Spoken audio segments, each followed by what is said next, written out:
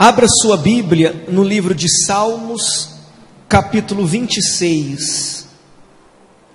Salmos 26. Aí quem for chegando, quem ficar na porta, comunica o livro, o capítulo e o versículo. O apelo do justo. É o Salmo de Davi. Ouça bem o que Davi disse para Deus. Faze-me justiça, Senhor, pois tenho andado na minha integridade e confio no Senhor, sem vacilar.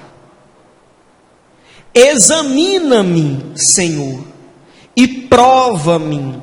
Sonda-me o coração e os pensamentos, pois a tua benignidade tenho-a perante os olhos, e tenho andado na tua verdade. Depois você lê em casa todo o Salmo 26, mas vamos meditar agora. Faze-me justiça, Senhor, pois tenho andado na minha integridade e confio no Senhor sem vacilar. Então olha aqui para mim. Davi, ele estava indignado com a situação que ele estava vivendo. Por isso que ele chegou até Deus e clamou a ele: faze-me justiça, faze-me justiça. E começou a cobrar de Deus, no bom sentido, que ele viesse respondê-lo.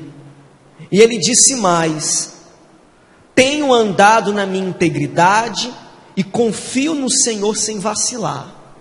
Então Davi, ele andava na presença de Deus sem vacilar. Ele não vacilava.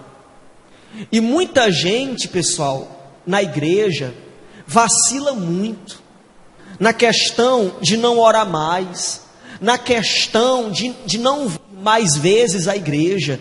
A pessoa, ela vacila muito no sentido de fazer um voto com Deus e quebrar. A pessoa, ela vacila muito na questão de a pessoa fazer uma corrente, participar de uma corrente e não levar a sério.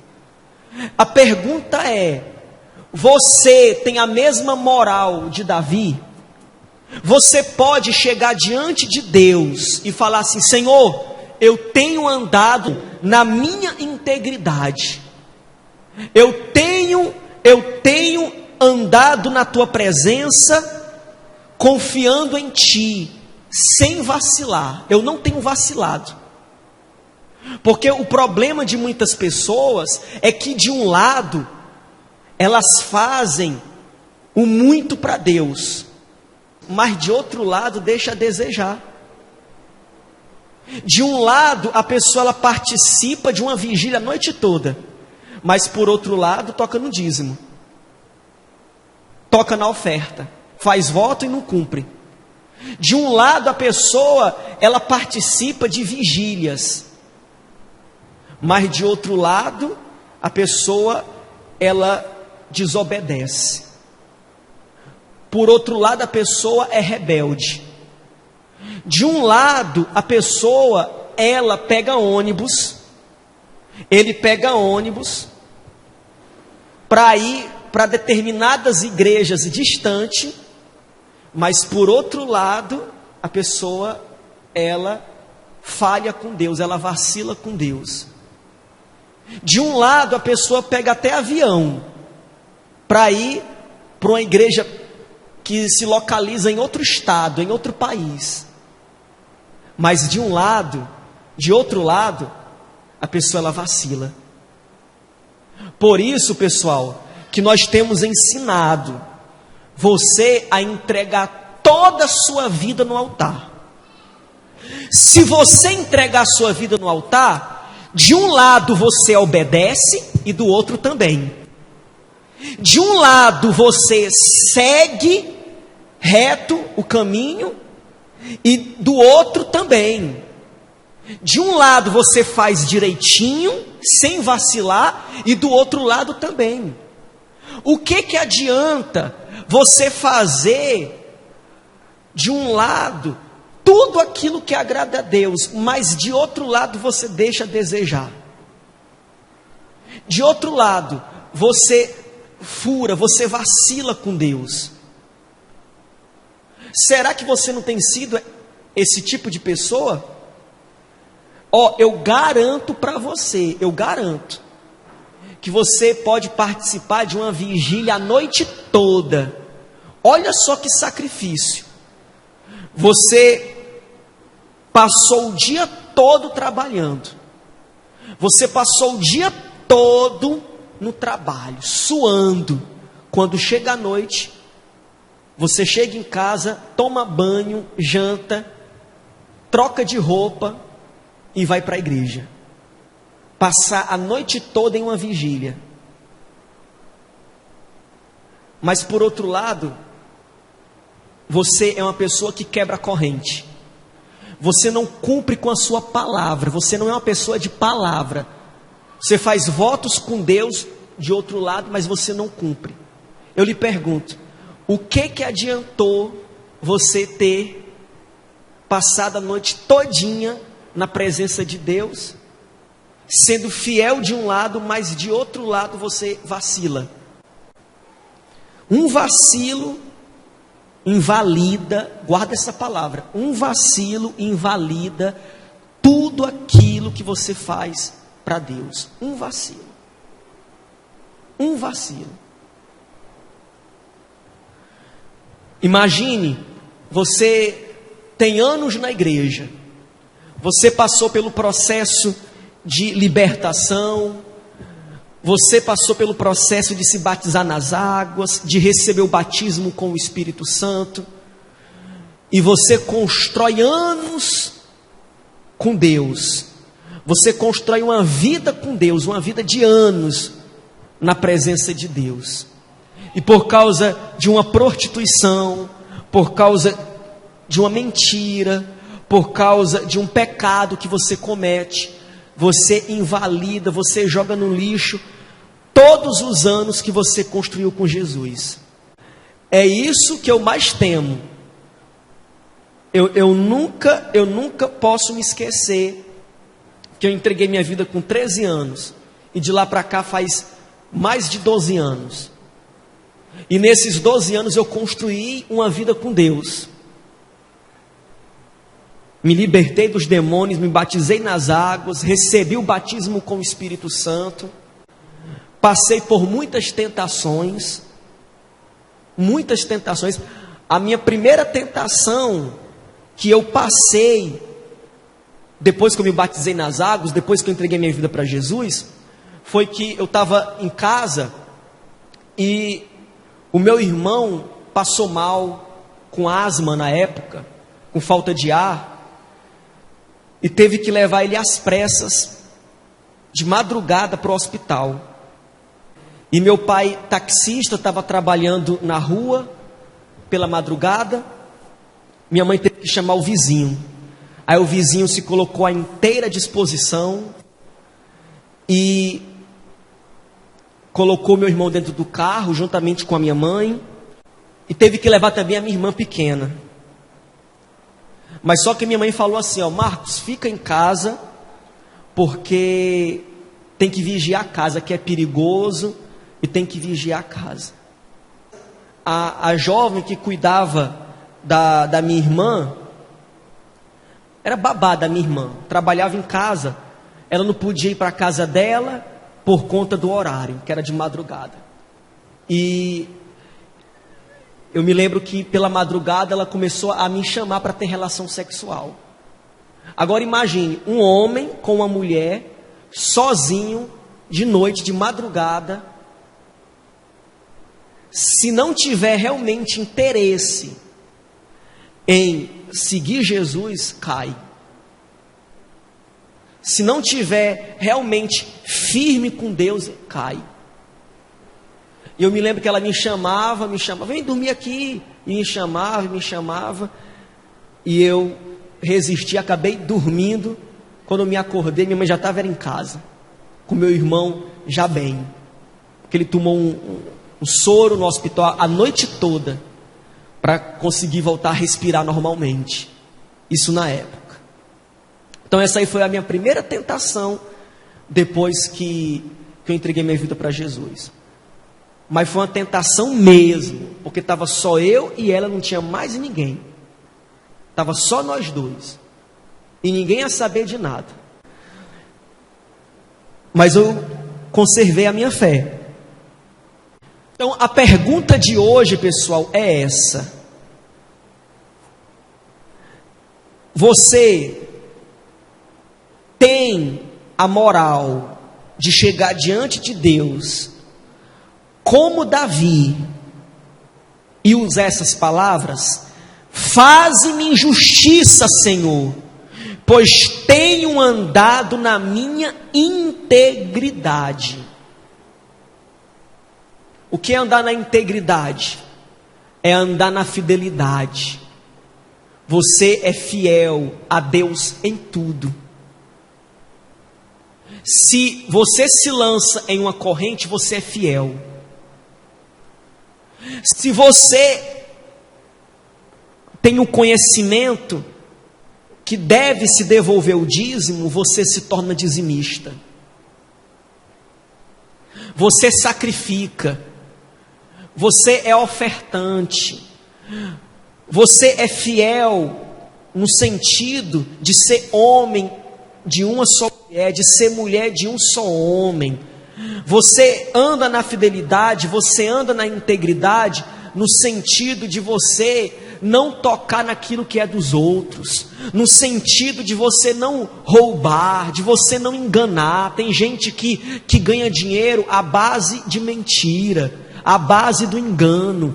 A pessoa ganha dinheiro enganando, mentindo, levantando falso testemunho. Tem gente que ganha dinheiro em cima disso, vai vender um carro e o carro já foi batido e a pessoa fala, nunca foi batido, e vende o carro só porque alegou que nunca foi batido. Aí vende o carro, enganando. Às vezes a pessoa ela ganha dinheiro na mentira, quando diz que o produto é original e não é original. É primeira linha, é segunda linha, não é original. Então tem muita gente que não anda na integridade, não anda na fidelidade. Até para ganhar dinheiro a pessoa tem que mentir.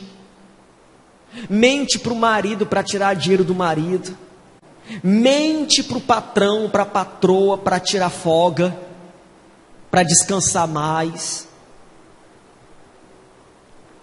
Quando Davi, ele disse para Deus, eu ando na minha integridade, ele estava se referindo a tudo, pessoal. Não é só no que diz respeito à vida com Deus, não, a vida lá fora também. Porque a pessoa pensa que ser fiel a Deus é só ser fiel à igreja. Ser fiel a Deus, ser íntegra diante de Deus, é quando você é fiel a Deus também lá fora. Não é só com a igreja não. Eu sou fiel à igreja, eu sou fiel a Deus porque eu sou fiel à igreja. Eu dou o dízimo, eu dou minha oferta, eu faço sacrifícios. Eu venho à igreja com frequência, cumpro as minhas correntes direitinho. Aí pelo fato de a pessoa ser fiel à igreja em tudo, a pessoa pensa que também é fiel a Deus. Para você ser fiel a Deus, você tem que ser fiel à igreja, no sentido de corrente, dízimo, voto, oferta, frequência, como também no que diz respeito à sua vida lá fora, no trabalho. Você mostra que é de Deus, não é aqui na igreja não. Você mostra que é de Deus quando você está em casa sozinho, sozinha, dentro de um quarto. Você mostra que é de Deus quando você está só. Quando você está em lugares onde ninguém sabe que você é da igreja, aonde que ninguém sabe que você frequenta a Universal, que você entregou a vida para Jesus. É ali aonde você prova, aonde você mostra que é de Deus. Porque a pessoa, quando sabe que ao seu redor, todo mundo que está ao seu redor não lhe conhece, não sabe que frequenta a igreja, não sabe que é fiel à igreja, tem gente que se aproveita disso, se solta. Ninguém aqui sabe que eu sou da Igreja Universal, ninguém aqui sabe que eu sou da igreja. A pessoa se solta, a pessoa, ela mostra quem é de verdade ali diante daquelas pessoas. E lá na frente, alguém dentre estas pessoas descobre que a pessoa é da igreja. Aí se escandaliza. Poxa, eu nunca imaginava que você era da igreja. Pelo seu jeito de ser, pela sua conduta. Eu fiquei surpreso. Eu não sabia que você era da igreja. Às vezes a pessoa não é nem sincera. Ela só fala assim, eu não sabia que você era da igreja, mas ela não fala o motivo. Mas você se toca que o motivo é que você nunca se comportou como homem de Deus, como mulher de Deus. Então é nessas horas que você mostra que você é de Deus. Pessoal, o lugar que você mais mostra que você é de Deus é lá fora. Aqui todo mundo é santo. Aqui todo mundo é de Deus. Até quem está pela primeira vez, aqui todo mundo é de Deus. Até quem está pela primeira vez. Porque quem vê cara não vê coração, que nem diz a minha mamãe. Mas imagine se eu fosse no seu trabalho. Imagine se eu fosse na sua casa, de surpresa. Será que não iria lhe pegar fazendo algo de errado? Ou falando algo de errado? Às vezes, pessoal, a pessoa ela tem vergonha de apresentar um mau comportamento perante o pastor, mas não tem vergonha de apresentar um mau comportamento perante a Deus.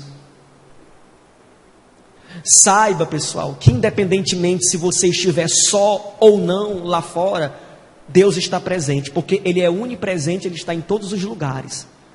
Então, como pode você se envergonhar em ter um mau comportamento perante o pastor e não ter vergonha de ter um mau comportamento perante a Deus, pois Deus está em todos os lugares. Mesmo que você esteja dentro de um quarto sozinho, Deus está ali.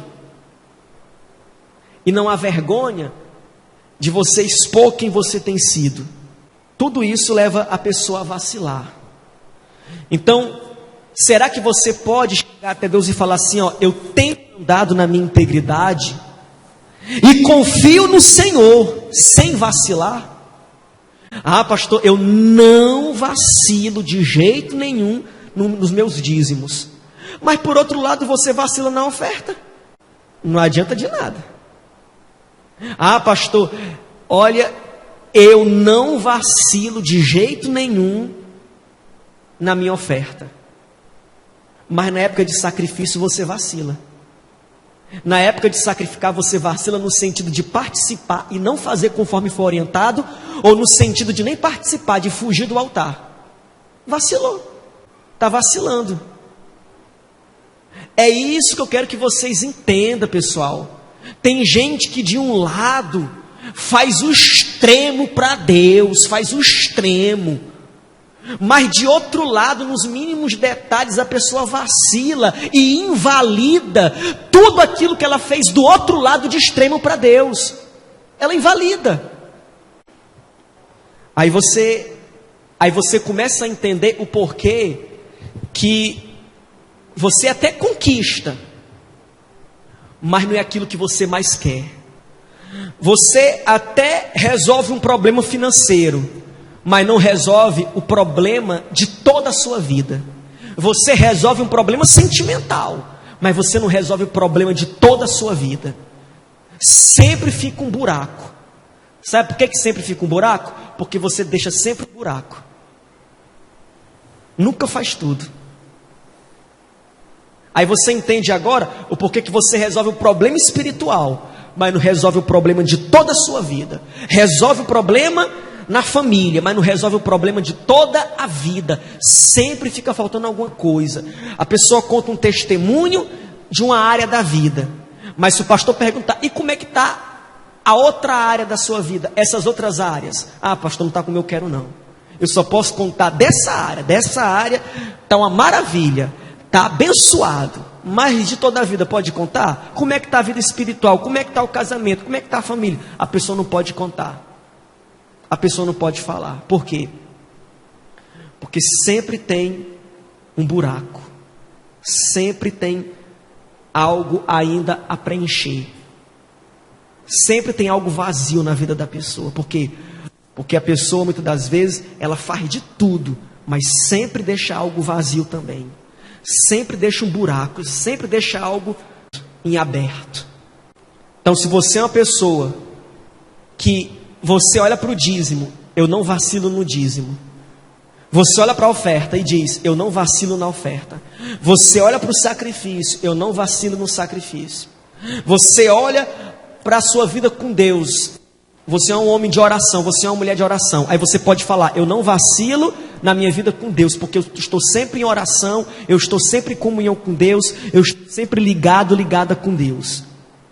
Você olha para a questão do jejum, você é uma pessoa que está sempre jejuando, que também faz parte da sua vida com Deus. Você está ali em jejum, sempre. Quando não é todo dia, é quase todos os dias. Quando não é o dia todo, é algumas horas no dia. Mas você está ali, sempre em comunhão com o Pai, ligado com Deus. Sempre, sempre, sempre. Então, no que diz respeito à sua vida com Deus, você fala assim, pastor, eu não tenho vacilado. Você olha para as correntes e você diz assim, eu não tenho vacilado, eu tenho cumprido as correntes direitinho.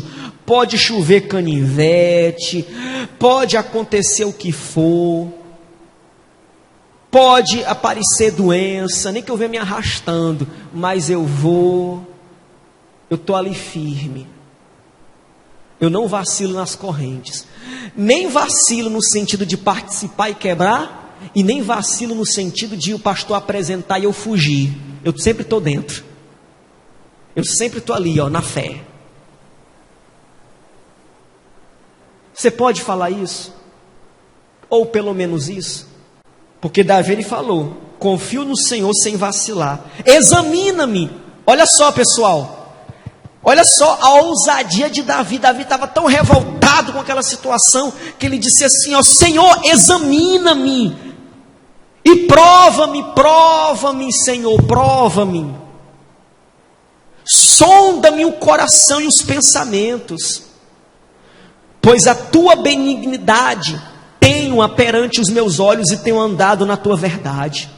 Ele pediu, pessoal, ele clamou, Senhor, sonda-me, Senhor, sonda os meus pensamentos, vê se tem alguma coisa aqui nos meus pensamentos que é nocivo, que é prejudicial à minha vida espiritual. Veja se tem algo aqui na minha mente, nos meus pensamentos, que tem me enfraquecido, que tem me feito pecar contra o Senhor. Examina os meus pensamentos, sonda o meu coração, me prova, para o Senhor ver o quão eu tenho sido fiel a Ti, o quão os meus olhos estão na Tua verdade. Ele clamou a Deus, para Deus provar ele, para Deus olhar para os pensamentos dele, olhar para o coração dele. Eu lhe pergunto, você pode chegar até Deus e falar assim, Senhor, examina os meus pensamentos, examina-me os meus sentimentos. Será que você pode chegar até Deus e falar isso? Ou você não tem esta condição, porque você mesmo já sabe que os seus pensamentos estão poluídos, o seu coração está poluído, está sujo, carrega malícia, maus olhos. Isso aqui é muito forte, Não me tenho assentado com os homens falsos e com os dissimuladores. A pior coisa que tem é pessoas falsas e dissimulada. É a pior coisa que tem, pessoal. A pessoa que não é sincera, que não é sincero. Olha só, por isso que Davi, ele tinha um coração puro, tinha uns pensamentos puros. Olha o segredo de Davi, ele não se assentava com pessoas falsas. Eu lhe pergunto, se for para você escolher, você escolheria um relógio falso ou verdadeiro? Não, seja sincero, pessoal. Tem um relógio falso e tem um verdadeiro. Você queria qual? Você vai comprar uma joia. Você prefere uma joia falsa ou verdadeira? Mas a outra joia que é falsa tem o mesmo brilho, tem a mesma beleza. Por que você não quer o falso? Se brilha igual, se tem a mesma aparência, é tão igual que você não sabe nem o que é verdadeiro e o que é falso. E aí, qual que você escolhe? Verdadeiro ou falso? Ninguém quer o falso. E por que você aceita pessoas falsas do seu lado? Por que você aceita então pessoas falsas, pessoas que não são verdadeiras? O espírito que tem dentro da pessoa não é o Espírito Santo, não é o verdadeiro, mas é o falso, é o enganador. Por que você aceita? Tem gente, pessoal, que não precisa nem esse tipo de gente ir até a pessoa. É a própria pessoa que vai à procura desse tipo de gente, porque é da mesma laia, tem o mesmo espírito. Se você é aquele tipo de pessoa que não consegue se sair, muito pelo contrário, você que vai atrás, é porque você tem o mesmo espírito. O santo se bate, o mesmo espírito se bate. Pois a tua benignidade tenho-a perante os olhos, e tenho andado na tua verdade. Aí abaixo explica o porquê que Davi falou assim, examina os meus pensamentos, examina o meu coração. Examina. Como que alguém pode chegar a Deus e falar assim, pode olhar para o meu coração, pode olhar para os meus pensamentos, que não tem nenhuma maldade, não tem malícia, não tem maus olhos, não tem maus pensamentos. Pode olhar para o meu coração, pode olhar para os meus pensamentos, que não tem nada contra ninguém, que não tem falsidade contra ninguém. Pode olhar. Quem é que pode chegar até Deus e falar isso? Davi chegou. Aí aqui embaixo, pessoal, é revelado como que ele conseguia. Como que você pode conseguir um dia chegar diante de Deus e falar assim, olha para os meus pensamentos, olha para o meu coração, examina-me e me prova. Pode me provar. Em outras palavras, me prova, para o Senhor ver como eu vou ser aprovado, como eu vou passar pela prova. Pode me provar. Tem gente, pessoal, que tem medo da prova, porque ele mesmo não se conhece. Tem medo de cair, tem medo de não suportar.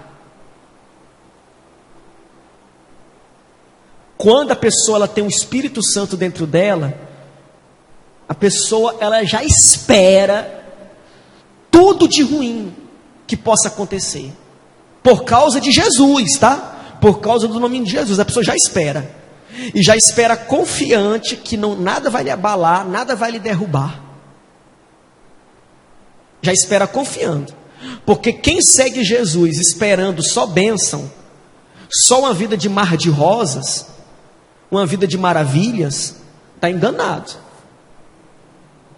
Está enganado. Você vai ter lutas, você vai passar por situações que nem lá fora você imaginava que um dia ia passar, nem lá fora, nem no mundo, você vai passar dentro da igreja. Você vai dizer assim, meu Deus, eu não esperava isso nem dos incrédulos, nem de um endemoniado. muito menos de pessoas de dentro da igreja.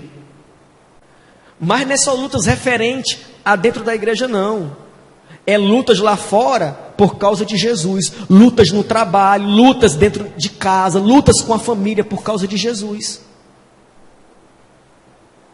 E você já tem que esperar isso. E levantar as mãos aos céus e agradecer, porque quando essas lutas vêm, prova que você está obedecendo. Porque se você é uma pessoa que está na igreja e não obedece, se você está na igreja e não obedece, pessoal, as pessoas vão lhe tratar lá fora.